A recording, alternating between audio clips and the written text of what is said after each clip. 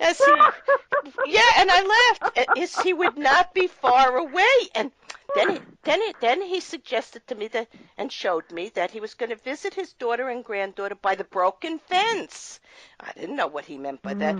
So his daughter Sure. told me that there was a fence behind her house where the swing set was in the schoolyard behind her house. So it seems to me what I learned from that was heaven is the energy of love that surrounds those Mm, here in a physical body and those mm. out of a physical body and allow us to participate in life with those we love, even if we've moved beyond our body. Makes That's heaven available to us all the time, doesn't all it? the time. That's the That point. that definition, Yeah, because if we can open our hearts and love, it's here. there's heaven. There's heaven. Yeah, when I first started to work with energy healing and working with developing a way to communicate and understand the language of spirit, which is different than the language of, that you and I are discussing right here in Mhm. intellect and in intelligence. As I started to do that, I've kind of like kept hearing the words heaven and earth, time and space. And it's taken me many years to understand there is no time and space.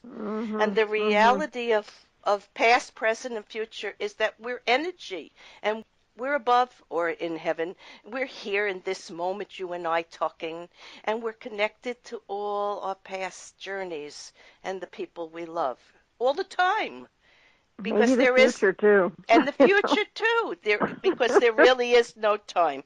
But let's go on to what the other experiences you heard about from your interviewees, like yours, verbal and No. hearing in the No. body. I don't think Only so. a Yeah. only a few people heard words, and no one that I talked to heard as many as I did. Had these repeated Mhm. contacts in that way.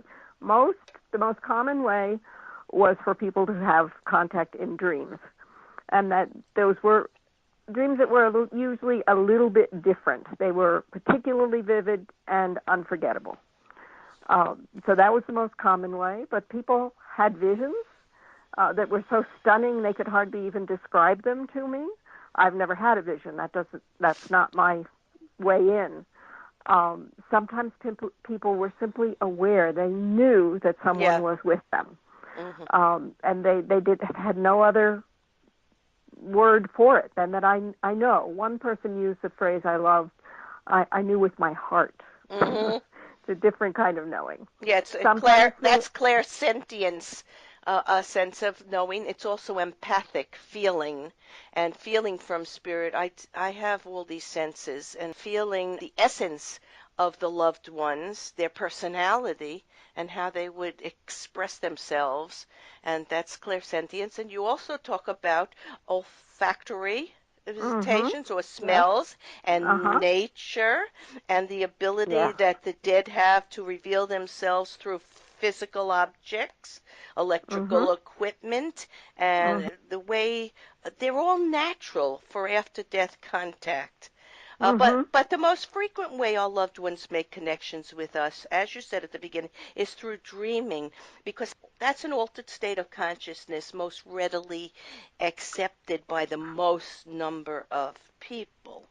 So Right. that's how most people will make an initial contact. Like you were just waking up when you recognized your daughter Well, was that's my there. kind of my power time is Right. the time between sleeping and waking. That's when I have my most clear Mhm. and when I make my best decisions, when things simply come to me and I know. So it made total sense to me that that's when she would visit. Absolutely. Absolutely. So, if after death communication, ADC, we can call it that, is so powerful and pervasive, why are people so unwilling to talk about it? What Oh, what I think there are why? many reasons, and some of them are just purely cultural because we have a very rational culture in which we want things Mm, proven. We're into evidence-based things, and there are a lot of experts in the world, some of whom I respect greatly, like who think that these are hallucinations And who wants to be told they're hallucinating? Not me. Well, well, I don't worry about it. well, But, you know. well, we will have the scientific proof before too long. But I have interviewed neurosurgeons, Dr. Eben Alexander, who had a He's wonderful. near-death experience, Mhm. who like me, didn't believe, and he had his own experience, and it was proven to him.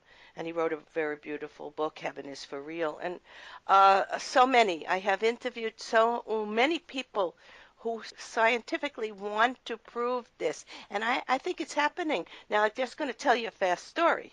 The other Mhm. day, I was at a wedding with all of my cousins, and one of my cousins had lost her husband about 8 months ago.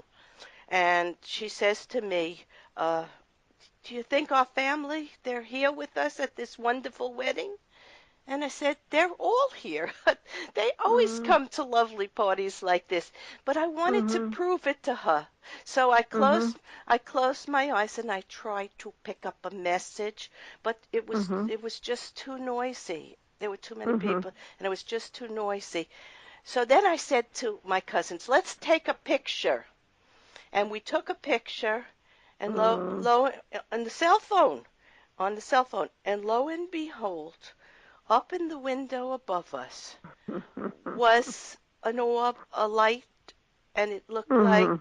it looked to different people it looked like different things, like an angel, like dove wings, like a Mm. heart. Mm. And I sent a picture to each one of my cousins so that they could see this. Because when spirit wants to reveal themselves, they have They will do it. many ways to do it. So this, Yo, endless, endless. yeah, You know. and you know the funny part of it is this same cousin has had her own experience when our grandmother died. She felt a hand on her shoulder and wind around her, and then got the phone Mhm. call that our grandmother had passed. And her mother, my aunt, was very much into this awareness, and my cousin still could not grasp it. I think a little bit of it is fear.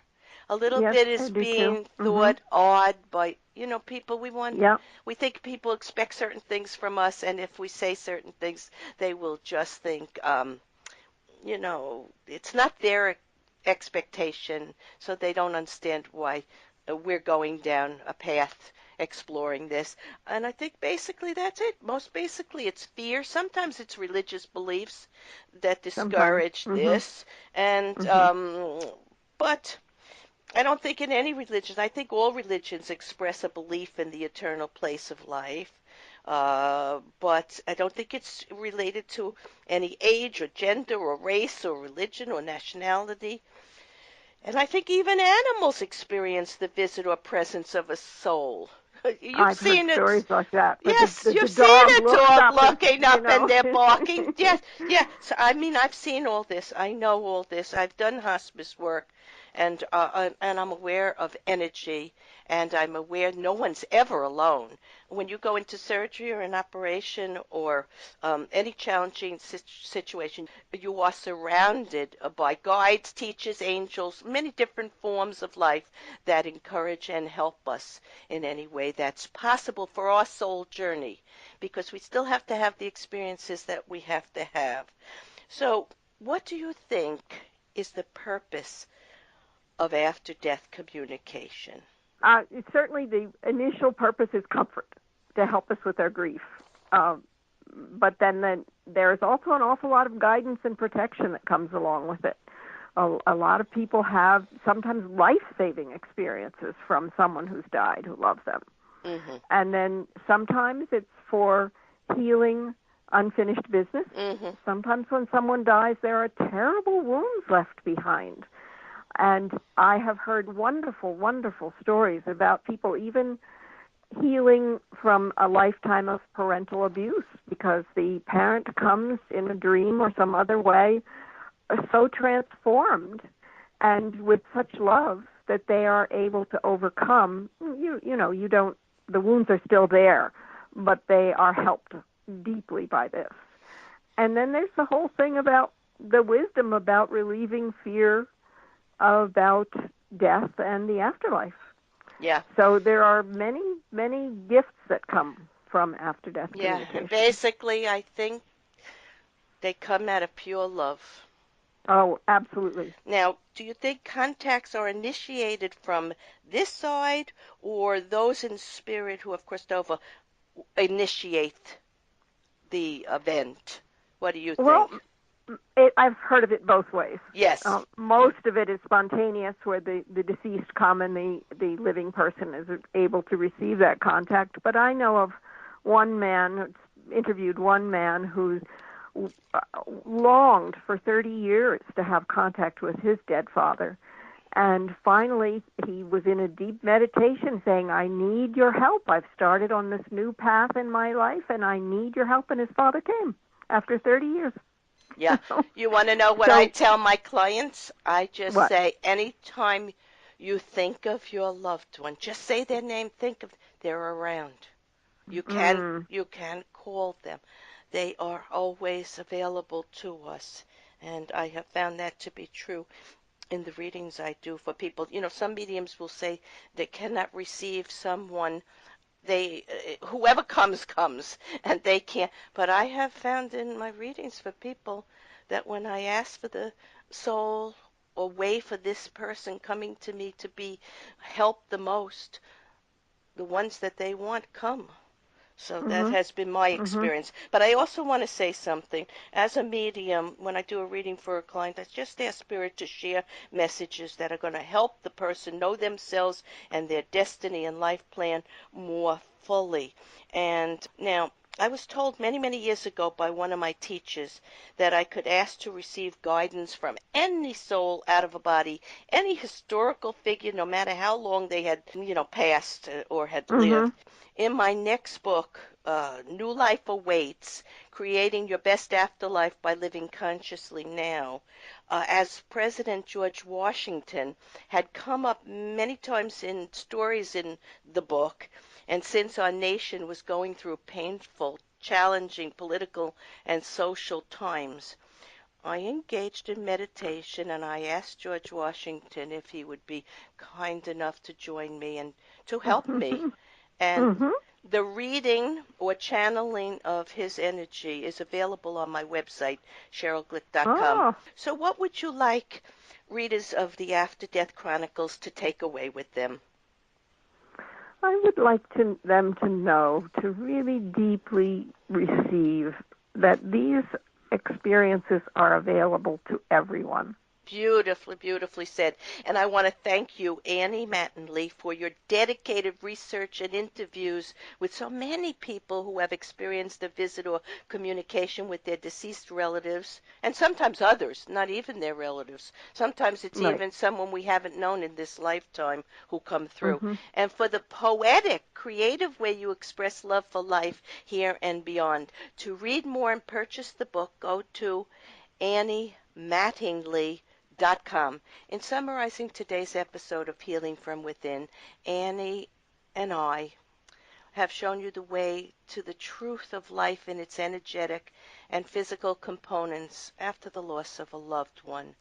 The energy and presence in the moment that you have an experience like this change so many preconceived notions of who and what life is all about. And I believe Annie expressed the value and purpose of after-death contacts in this way and wrote, "The experiences that follow are as varied as the people who have shared them with me. Some are visual, some auditory, some subtle, some as life-affecting as near-death experiences.